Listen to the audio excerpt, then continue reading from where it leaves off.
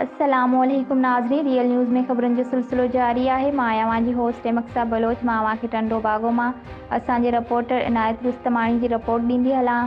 टंडो बागो अंजुमन इज़ादारनि हसन अलैहिस्सलाम पारां इमाम बारगाह बचल शाह में ज़िबाल अज़ीम क़ुर्बानी जे मौज़ू ते मजलिस इज़ा मुनतक़द कई वई, जंहिं में अलामा शहनशाह नक़वी अलामा साईं बख़्श ख़िताब कंदे हिन चयो त इस्लाम अमन, रवादारी, भाईचारे वारो मज़हब आहे। हिननि चयो त पंहिंजे ॿारनि खे दीनी तइलीम सां गॾु दुनियावी तइलीम बि ॾियारियो।